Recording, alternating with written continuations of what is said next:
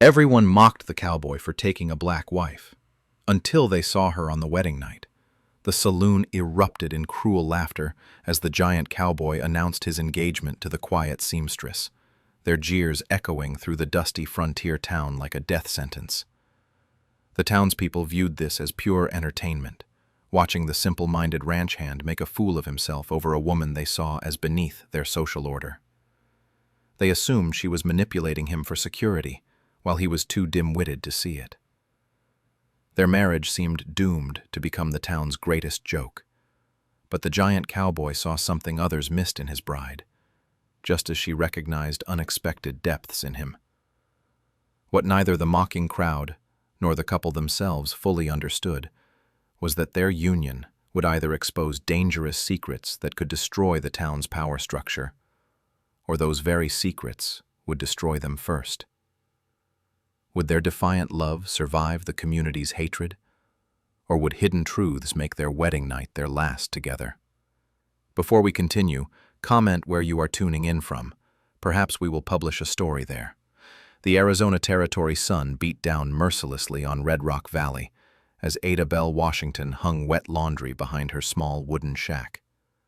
6 months had passed since she arrived in this dusty frontier town, carrying nothing but a worn satchel and the hope for a fresh start. The townspeople made their feelings clear from day one. She was unwelcome. Sheriff Clyde Baines rode past her property line each morning, his cold stare a daily reminder of her place in their social order. Miss Jolene Hawkins crossed the street rather than share a sidewalk. The general store owner served her last, if at all. Ada had learned to shop just before closing time, when fewer eyes judged her every move. But one person proved different. Thaddeus Laramie stood 6 feet 4 inches tall, with hands the size of dinner plates. The other ranch hands called him Bull for obvious reasons. Most folks assumed his brain matched his brawn, slow and simple. Ada noticed something else entirely. Bull removed his hat when he passed her on the street. He helped her carry heavy water buckets without being asked. He spoke to her like she mattered. The first time Bull lingered by her fence, Ada felt suspicious. No white man in Red Rock Valley had shown her kindness without expecting something in return. He complimented her flower garden. She thanked him and went inside. The second time, he brought her vegetables from the ranch garden. She accepted them cautiously. The third time, he stayed for coffee. Word spread quickly through Red Rock Valley. The giant cowboy was courting the colored seamstress. The saloon buzzed with crude jokes and betting pools. Sheriff Baines made his opinion known to anyone within earshot. This was unnatural, improper. It would bring nothing but trouble to their respectable community. Miss Jolene Hawkins appointed herself the town's moral guardian. She spread whispers about Ada being a gold digger after Bull's modest ranch wages. She questioned Ada's true intentions and predicted disaster for any man foolish enough to trust her. The church ladies nodded in agreement over their Sunday socials. Only Reverend Jameson Highfield showed any compassion. He greeted Ada politely after services, though she sat in the back pew alone. When the other congregants complained about her presence, he reminded them that God's house welcomed all souls. His quiet support meant everything to Ada, even as it earned him criticism from prominent church members. Bull continued his visits despite the mounting pressure. He fixed Ada's broken fence posts and patched holes in her roof. She mended his torn shirts and cooked him hearty meals. They talked about simple things: the weather, the crops, her flower garden, his work with the cattle. Neither mentioned the stares and whispers that followed them everywhere. Rancher McCready called Bull into his office one October morning. He spoke plainly about reputation and proper conduct. A man's associations reflected on his employer. Bull listened without comment, his jaw set firm. That evening, he appeared at Ada's door with wildflowers picked from the meadow. The proposal came on a crisp November day in the town square. Bull dropped to one knee beside the water pump as Ada returned from the general store. His voice carried across the street as he asked for her hand in marriage. A crowd gathered quickly, drawn by the spectacle. Laughter erupted from every direction. Children pointed and giggled. Adults shook their heads in amazement. Someone shouted that the big dummy finally lost his mind completely. Sheriff Baines pushed through the crowd, his face red with anger and embarrassment for his community.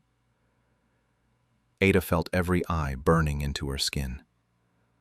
The weight of their judgment pressed down like a physical force. She could flee back to her shack and pretend this never happened. She could refuse Bull's proposal and save them both from further humiliation. She could pack her belongings and leave Red Rock Valley forever.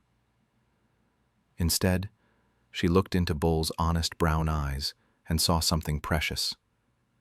Respect. Partnership. A chance at dignity in a world that offered her none. She said yes. The crowd's laughter turned vicious. Bets were made about how quickly the marriage would fail.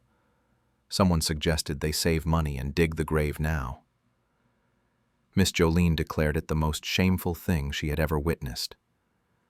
The general store owner muttered about the town's declining moral standards. Reverend Highfield stepped forward to congratulate the couple. His handshake was firm and genuine. He offered to perform the ceremony despite the obvious disapproval surrounding them. Several prominent church members immediately cornered him, their voices rising in heated protest. Wedding shop refused Ada's business. The bakery claimed they were too busy for a wedding cake. Ada made her own dress from fabric scraps and planned a simple ceremony with minimal celebration. The wedding day arrived gray and cold. Only a handful of people filled the church pews, mostly curious onlookers hoping for drama. Miss Jolene positioned herself in the front row like she was attending a public execution. Sheriff Baines stood in the back with his arms crossed, his disapproval radiating through the small building. Ada walked down the aisle alone, her chin raised despite the hostile stares. Bull waited at the altar in his best clothes, freshly shaved and nervous. Reverend Highfield spoke about love conquering all obstacles, his words carrying extra weight given the circumstances. Outside the church, a larger crowd gathered to witness the spectacle. Their crude comments and mocking laughter filtered through the windows. Someone started a betting pool about whether the marriage would last 1 month or 2. The general consensus was that Ada would take Bull's money and disappear before spring. As the ceremony concluded and the couple exchanged simple gold bands, none of the observers could imagine how completely wrong their assumptions would prove to be. The wedding guests dispersed quickly after the ceremony, leaving cruel predictions hanging in the cold air. Bull and Ada walked to their modest home in silence, the weight of the town's mockery following them like shadows. Ada had moved her few belongings into Bull's small cabin the day before. The space felt cramped, but safer than her isolated shack. Bull lit the oil lamp while Ada prepared coffee with shaking hands. The reality of their situation settled around them. They were married now, bound together against a hostile world that wanted nothing more than to watch them fail. The betting pools gave them weeks at most before Ada would run off with whatever money she could steal. Ada moved to her traveling trunk in the corner. Bull assumed it contained her sewing supplies and few dresses. Instead, she lifted out a carefully wrapped bundle and placed it on the kitchen table. Her fingers trembled as she unwrapped the cloth covering. Books. More books than Bull had ever seen in one place outside of Reverend Highfield's study. Medical texts with detailed illustrations. Legal documents tied with ribbon. Maps of the territory marked with careful notations. Letters bearing official stamps and seals from distant cities. Bull stared in confusion. Most folks in Red Rock Valley could barely read their own names. Even he struggled with anything beyond simple words and numbers. Yet here sat his new wife, surrounded by volumes that would challenge the most educated men in the territory. Ada opened the first medical text and began reading aloud. Her voice was clear and confident as she explained anatomical drawings and treatment procedures. Bull listened in amazement as she discussed diseases he had never heard of, and remedies that went far beyond the folk cures his mother had used. She showed him letters from contacts along the Underground Railroad network. Names and locations were coded, but the purpose was clear. Ada had been part of a vast communication system that helped enslaved people find freedom. She had memorized routes, safe houses, and trusted contacts across multiple states. The legal documents proved even more shocking. Ada had been secretly documenting every suspicious transaction, every questionable land deal, every corrupt decision she had witnessed during her 6 months in Red Rock Valley. Her position as an invisible seamstress had given her access to conversations that powerful men assumed she could not understand. Bull's limited reading skills suddenly felt shameful. Ada noticed his discomfort and placed a gentle hand on his arm. She explained that her former master's daughter had taught her in secret, risking severe punishment to share knowledge forbidden to enslaved people. Ada had learned to read, write, and cipher numbers while pretending ignorance to survive. More shocking still was Ada's revelation about her systematic intelligence gathering. Sheriff Baines discussed illegal activities freely when she mended his clothes. Rancher McCready and his associates planned their schemes while she worked in nearby rooms. The bank president revealed fraudulent deals during social gatherings where she served refreshments. Ada showed Bull a leather journal filled with dates, names, and detailed accounts of criminal activities. Cattle rustling operations, forged land deeds, bribery schemes involving territorial officials. She had documented enough evidence to destroy half the prominent men in Red Rock Valley. Bull realized his new wife was not the helpless woman everyone assumed. She was brilliant, educated, and potentially the most dangerous person in the entire territory. Her quiet demeanor and subservient appearance had been perfect camouflage for gathering intelligence that could topple the local power structure. Ada explained her strategy with clinical precision. People spoke freely around her because they assumed she was too ignorant to understand complex matters. They treated her like furniture, invisible and harmless. This invisibility had allowed her to observe and record activities that would have gotten any other person killed for witnessing. Bull's respect for his wife multiplied with each revelation. He had married her, believing he was offering protection to someone vulnerable. Instead, he had allied himself with someone who possessed the knowledge and evidence to challenge the most powerful figures in their community. Ada began teaching Bull to read properly that very night. His intelligence had always been present, but undeveloped, due to limited education and others' low expectations. With patient instruction, Bull discovered he could grasp complex concepts and remember detailed information with remarkable accuracy. They developed a partnership over the following weeks. Bull's work at the ranch gave him access to business conversations and financial dealings. His excellent memory allowed him to report precise details about transactions and meetings. Ada analyzed this information alongside her existing evidence, building comprehensive cases against multiple corrupt officials. Bull learned that Ada's medical knowledge extended far beyond book learning. She had practiced healing arts in secret, treating injuries and illnesses that masters preferred to handle privately rather than involve outside doctors. Her skills with herbal remedies and surgical techniques rivaled those of formally trained physicians. The couple created a secure system for storing their growing collection of evidence.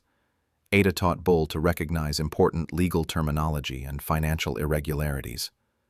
Bull shared his knowledge of ranching operations and land management practices. Together, they began identifying patterns of fraud that stretched back years. Their partnership revealed strengths neither had recognized alone. Ada's analytical mind, combined with Bull's observational skills and protective presence, created a formidable team. They were no longer just a despised couple trying to survive community hatred. They had become investigators capable of exposing systematic corruption that had plagued Red Rock Valley for years. As winter settled over the territory, Ada and Bull continued their quiet intelligence gathering. The town still viewed them as objects of ridicule and contempt. Sheriff Baines made threatening comments about unnatural marriages and their inevitable failure. Miss Jolene spread fresh rumors about Ada's supposed schemes to steal Bull's modest savings. None of their tormentors suspected that the couple they mocked possessed the knowledge and evidence necessary to destroy the corrupt foundation upon which Red Rock Valley's power structure rested. The wedding night revelation had transformed their marriage from a desperate alliance into a strategic partnership with the potential to reshape their entire community. The cholera outbreak struck Red Rock Valley in late February, spreading through the poorest section of town like wildfire. Dr. Morrison, the town's only physician, found himself overwhelmed within days. 3 deaths occurred before anyone realized the severity of the situation. Panic gripped the community as families barricaded themselves inside their homes. Ada heard about the crisis from Bull, who returned from the ranch with news of infected workers. The disease had started in the ramshackle boarding houses where seasonal laborers lived in cramped conditions. Dr. Morrison was demanding help from anyone with medical knowledge, but few people possessed such skills. Ada made her decision quickly. She gathered her medical texts and prepared treatment supplies from her hidden collection of herbs and medicines. Bull watched his wife transform from quiet seamstress into confident healer as she organized her materials with practiced efficiency. The couple arrived at the makeshift hospital Dr. Morrison had established in the church basement.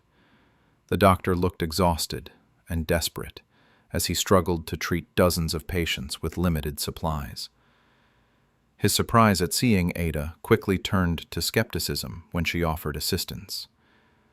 Ada demonstrated her knowledge by correctly diagnosing symptoms and explaining proper quarantine procedures. She mixed oral rehydration solutions using precise measurements and prepared herbal remedies that complemented the doctor's limited medicine supply. Dr. Morrison's skepticism vanished as he witnessed her competent medical practices. Bull organized the quarantine area using his physical strength and natural leadership abilities. He coordinated supply deliveries, managed patient transportation, and maintained sanitary conditions that prevented further spread of the disease. His calm presence reassured frightened families, while his organizational skills kept the operation running smoothly.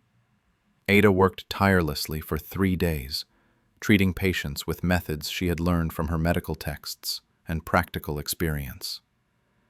She saved the life of a young mother by administering precise fluid replacement therapy. She prevented complications in elderly patients through careful monitoring and herbal treatments that enhanced their natural recovery. Word of Ada's medical success spread through Red Rock Valley faster than the disease itself. Families who had previously scorned her now begged for her help. Sheriff Baines arrived, demanding to know where a colored seamstress had learned such advanced healing methods. His suspicion grew as he witnessed her obvious education and competence. Miss Jolene's husband fell ill during the 4th day of the outbreak. Jolene swallowed her pride and approached Ada with desperate tears in her eyes. Ada treated the man without hesitation, administering treatments that stabilized his condition and prevented the severe complications that had claimed other victims. The outbreak subsided after 2 weeks, but not before Ada had established herself as a skilled healer whose knowledge rivaled that of formally trained doctors. Dr. Morrison publicly thanked her for preventing what could have been a devastating epidemic. Several lives had been saved through her intervention and expertise. During the medical crisis, Ada had also been observing and documenting suspicious activities. She noticed that certain families received priority treatment and better supplies, while others were neglected. Sheriff Baines controlled the distribution of medicine and food, clearly favoring supporters of the corrupt power structure.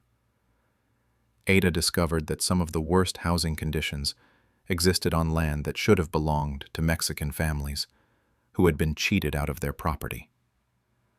The overcrowded boarding houses were built on fraudulently acquired lots, maximizing profits while creating perfect conditions for disease outbreaks.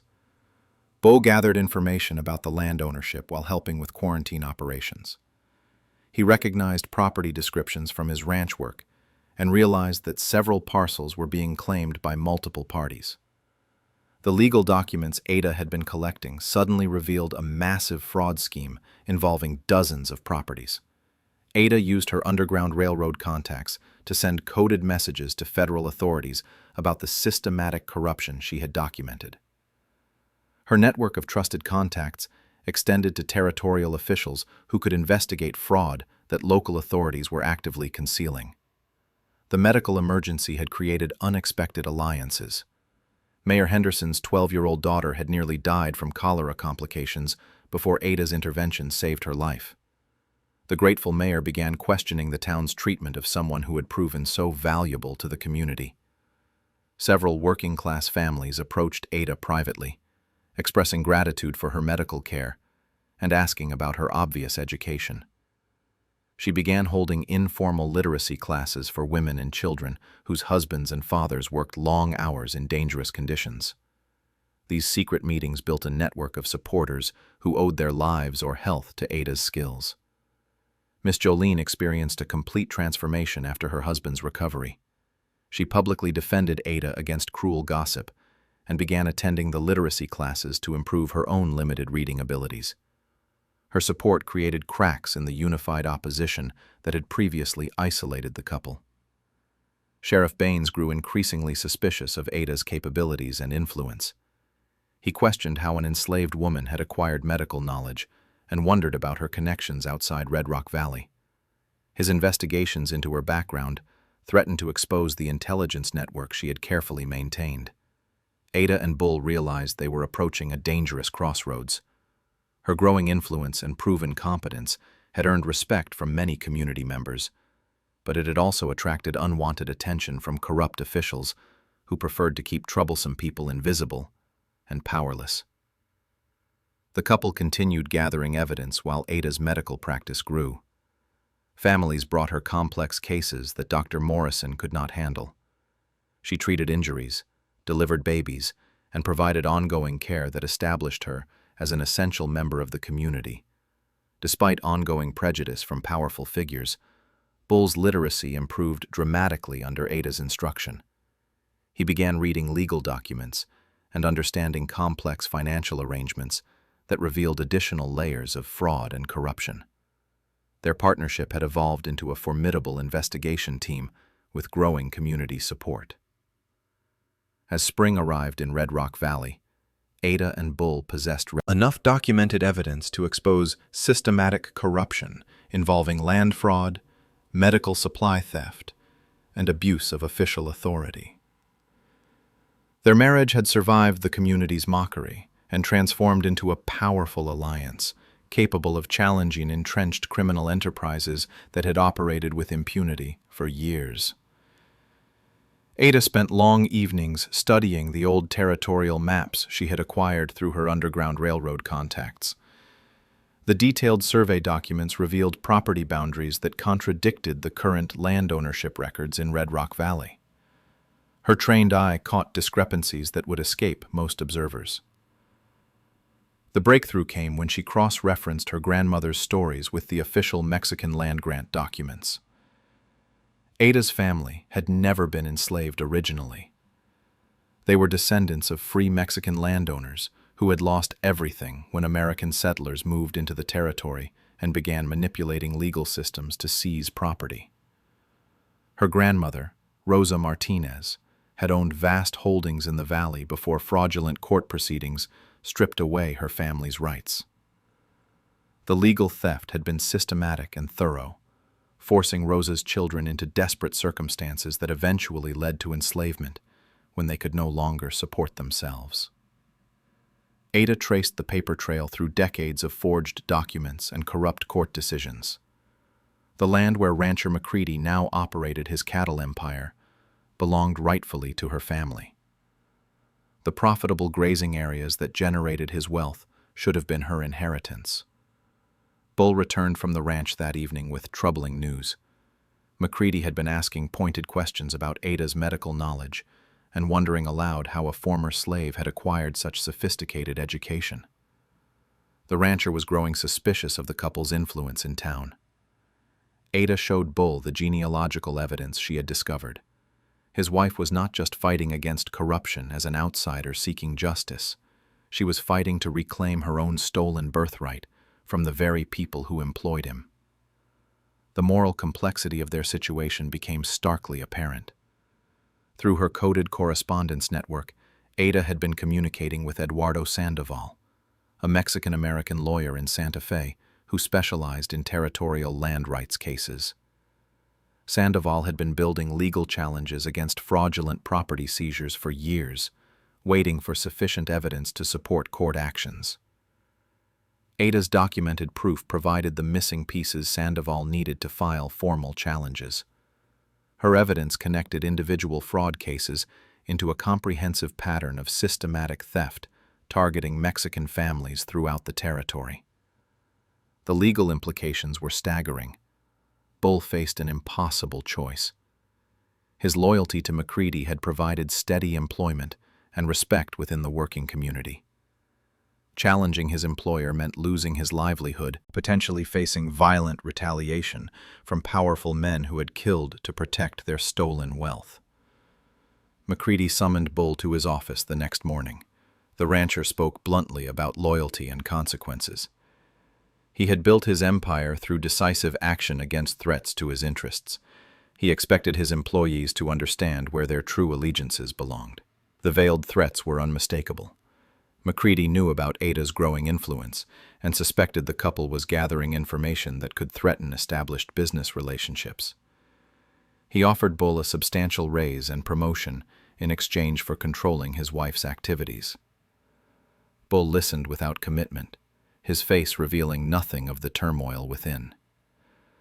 That evening, he told Ada about McCready's offer and implicit threats. They both understood the stakes had escalated beyond community prejudice into dangerous territory where people disappeared for asking inconvenient questions. Ada's federal contacts sent word that U.S. Marshals would arrive within 2 weeks to investigate the corruption evidence she had provided. The investigation would focus on land fraud, but the scope could expand to include other criminal activities if sufficient proof existed. Sheriff Baines began making subtle inquiries about Ada's background and connections.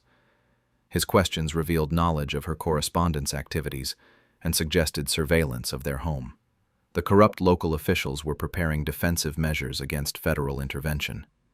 Ada and Bull realized they needed to secure their evidence and prepare for potential retaliation. They created multiple copies of crucial documents and distributed them to trusted allies, including Reverend Highfield and Dr. Morrison. Their insurance strategy would prevent evidence destruction even if something happened to them. Miss Jolene proved an unexpected ally when she offered to hide documents in her home. Her husband's recovery had transformed her attitude completely, and she now understood that the couple represented hope for honest governance that could benefit everyone in the community.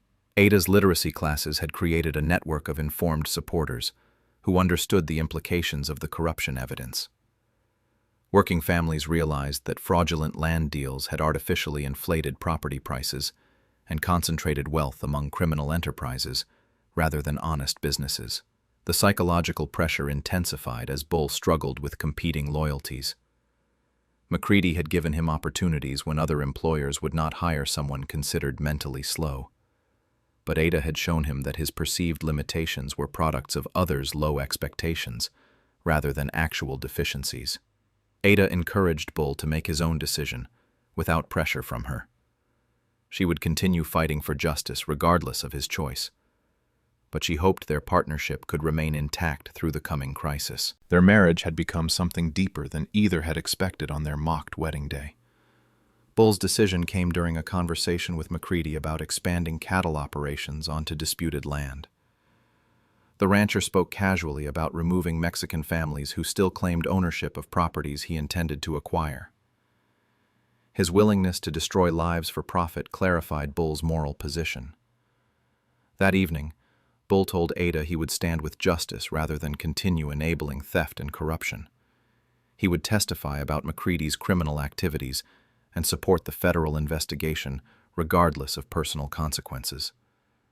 Their partnership had become more important than job security or community acceptance. Ada felt profound relief at Bull's decision. She had been prepared to fight alone if necessary, but having her husband's complete support strengthened her resolve for the confrontation ahead. They were no longer just surviving community hostility. They were actively challenging systematic injustice with the power to restore stolen rights to multiple families. The couple spent their final days of preparation organizing testimony and securing evidence. Ada's transformation from dismissed seamstress to community leader was nearly complete. Bull's evolution from perceived simpleton to informed advocate demonstrated the power of education and moral purpose. Federal intervention would soon test whether their careful documentation and community organizing could overcome decades of entrenched corruption and violence. The 3 U.S. Marshals rode into Red Rock Valley on a Tuesday morning, their badges gleaming in the desert sun. Marshal James Crawford led the delegation, carrying federal warrants based on Ada's extensively documented evidence of territorial corruption. Word of their arrival spread through town faster than wildfire. Sheriff Baines met the marshals at the hotel, his forced smile failing to hide obvious nervousness. He offered his complete cooperation while privately sending messages to his criminal associates, warning them of federal intervention. The corrupt network began implementing damage control measures they had prepared for such emergencies. Ada and Bull arrived at the town hall for the official hearing, carrying carefully organized folders of evidence spanning months of meticulous documentation. Ada wore her finest dress and carried herself with the dignity of someone who belonged in legal proceedings, rather than someone seeking charity or mercy. The town hall filled with curious residents, drawn by the spectacle of federal authority challenging local power structures. Many working families attended to support Ada and Bull, while supporters of the corrupt officials gathered to defend their leaders against outside interference. Marshal Crawford called the hearing to order and began presenting the federal case against territorial corruption. He outlined charges of land fraud, document forgery, conspiracy to defraud legitimate property owners. The scope of criminal activity shocked even skeptical community members who had suspected isolated incidents rather than systematic theft. Ada took the witness stand with calm confidence that stunned observers who remembered the timid seamstress from months earlier. She presented her evidence with the precision of a trained legal professional, citing specific statutes, referencing territorial law, and connecting individual crimes into comprehensive patterns of organized fraud. Her testimony revealed the sophisticated intelligence operation she had conducted while appearing to be an insignificant community member. Ada detailed conversations she had overheard, documents she had copied, and transactions she had witnessed that proved systematic criminal enterprise involving multiple officials and business leaders. Sheriff Baines listened with growing horror as Ada recounted his involvement in land theft schemes, cattle rustling operations, and corrupt enforcement practices that protected criminal enterprises while persecuting honest citizens.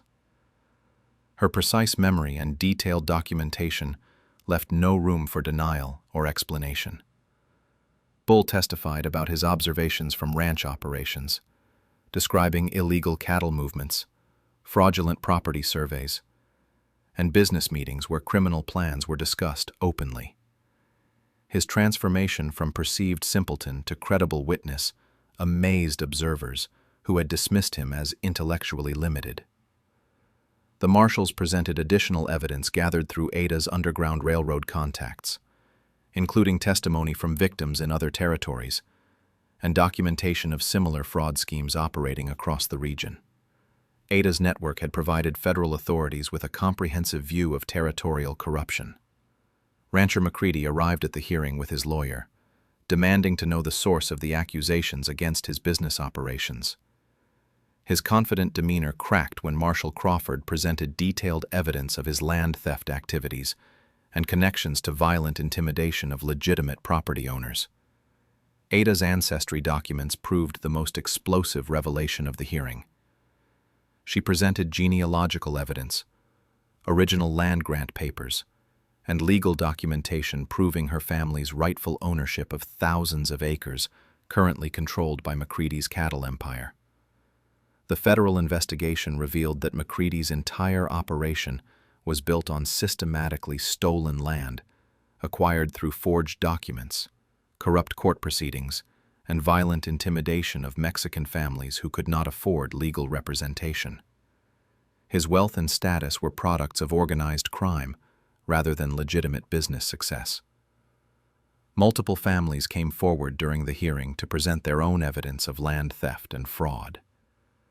Ada's courage in speaking publicly had encouraged other victims to seek justice through federal intervention rather than accepting local corruption as unavoidable reality. Miss Jolene testified about her husband's experience with fraudulent land deals, admitting her previous prejudice against Ada while acknowledging that the woman she had scorned possessed the knowledge and courage to fight injustices that threatened the entire community.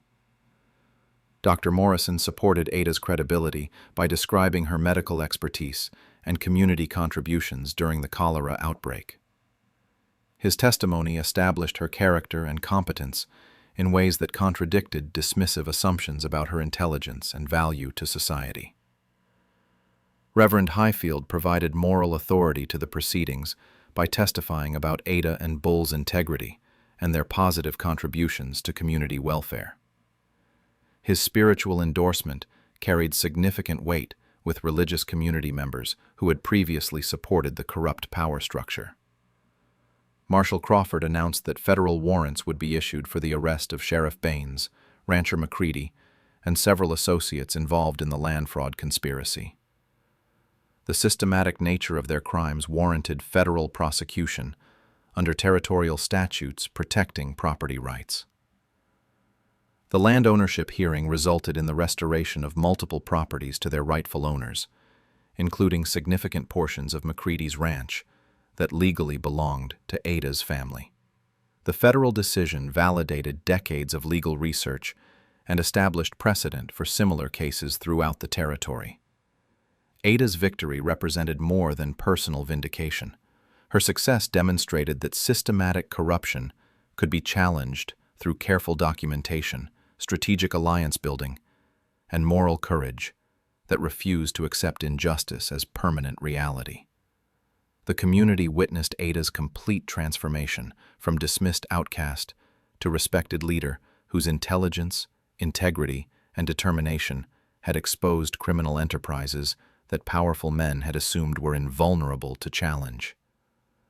Bull's loyalty to justice over personal security earned him respect as a man of principle, rather than the simple-minded follower people had assumed. His partnership with Ada had revealed strengths and capabilities that neither had fully recognized before their marriage. The federal intervention fundamentally altered Red Rock Valley's power structure by removing corrupt officials and establishing honest governance based on rule of law rather than criminal conspiracy.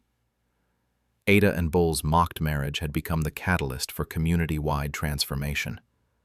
As the hearing concluded, the couple who had endured months of ridicule and hostility found themselves celebrated as heroes who had risked everything to fight for justice that benefited the entire community. 1 year later, Red Rock Valley prepared for its annual Founders' Day celebration with unprecedented excitement.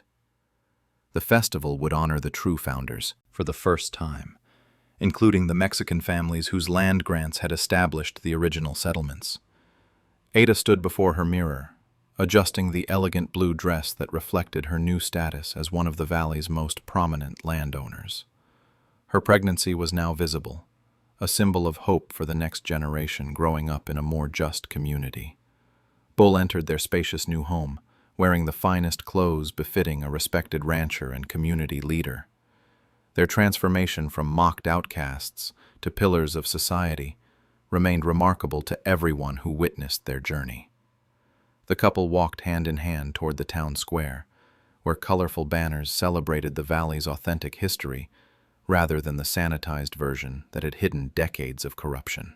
Children who attended Ada's integrated school waved excitedly as their beloved teacher approached the speaker's platform. Mayor Henderson, who had replaced the corrupt officials arrested by federal marshals, introduced Ada to the gathered crowd with genuine respect and gratitude. The same town square where their wedding proposal had been met with cruel laughter now hosted hundreds of people eager to hear from the woman who had transformed their community. Ada addressed the assembly with the confidence of someone accustomed to public speaking and leadership responsibilities. She spoke about education as the foundation of democracy, explaining how knowledge and literacy empowered citizens to protect their rights and hold officials accountable for their actions. Her words carried the authority of experience rather than empty rhetoric. Ada had proven that systematic change was possible when people possessed the tools to understand their circumstances and the courage to demand justice. Her school now served 60 children of all backgrounds, teaching them skills their parents had been denied. Bull stood proudly beside his wife, no longer the dismissed ranch hand who had been considered too simple for complex thoughts. His literacy and business acumen had made him a successful, independent farmer whose innovative techniques improved agricultural productivity throughout the valley. The new sheriff, Deputy Martinez, who had replaced the corrupt Baines, presented Ada with a special recognition for her service during the cholera outbreak and her ongoing medical care for community members. Dr. Morrison had become her professional colleague rather than skeptical superior, often consulting with her on difficult cases. Miss Jolene approached the platform carrying flowers from her restored family property. Her transformation from hostile gossip to grateful ally symbolized the broader community change that Ada and Bull had catalyzed. She publicly thanked Ada for saving her husband's life and teaching her to read legal documents that protected her family's interests. Eduardo Sandoval, the lawyer from Santa Fe who had helped restore the stolen lands, delivered remarks about territorial justice and the importance of protecting all citizens' rights regardless of their background. His legal victories had established precedents that benefited families throughout the region. Ada's restored property now encompassed thousands of acres of prime grazing and farming land that generated substantial income through honest business practices. The couple employed several families at fair wages, creating prosperity that benefited the entire local economy, rather than concentrating wealth among criminal enterprises. The school Ada had established operated year-round, providing advanced education that prepared students for territorial colleges and professional careers. Her curriculum included practical skills alongside academic subjects, ensuring graduates could succeed in various fields while understanding their civic responsibilities. Reverend Highfield blessed the celebration by reflecting on the spiritual transformation that had accompanied the community's moral awakening. His congregation had grown significantly as people found inspiration in messages about justice, equality, and the dignity of all individuals, regardless of their origins. Bull announced the establishment of an agricultural cooperative that would help small farmers pool resources and share innovative techniques that increased productivity while reducing costs. His leadership in practical matters complemented Ada's focus on education and legal reform. Ada's medical practice had expanded to serve surrounding communities, with patients traveling considerable distances to receive care from someone whose skills rivaled university-trained physicians. Her combination of formal medical knowledge and traditional healing methods produced remarkable results. The couple's marriage had become a local legend, celebrated throughout the territory as an example of how love, partnership, and shared commitment to justice could overcome prejudice and systematic oppression. Their story was retold in newspapers and church sermons as inspiration for other communities facing similar challenges. Their restored ranch house had become an unofficial headquarters for reform movements, hosting meetings between civil rights advocates, territorial officials, and business leaders working to expand opportunities for marginalized populations throughout the region. Ada reflected on the remarkable journey from her arrival as a dismissed seamstress to her current position as a respected leader whose influence extended far beyond Red Rock Valley. Her success demonstrated that intelligence, courage, and strategic thinking could overcome even the most entrenched systems of oppression. The evening celebration featured music, dancing, and storytelling that honored the valley's diverse cultural heritage rather than promoting a false narrative of conquest and displacement. Children learned authentic history that prepared them to build a more inclusive future. As the festivities concluded, Ada and Bull returned to their home with profound satisfaction in their accomplishments and excitement about their expanding family and continuing work for social justice. Their mocked wedding had become the foundation for transformation that improved countless lives. The community that had once viewed their union as a source of entertainment and ridicule now recognized it as the catalyst for positive change that had replaced corruption with honest governance, ignorance with education, and prejudice with respect for human dignity. Ada placed her hand on her growing belly, knowing her child would inherit a world where worth was measured by character and contribution, rather than appearance or ancestry. Their love story had rewritten the rules of an entire community, proving that true partnership could create change, extending far beyond personal happiness.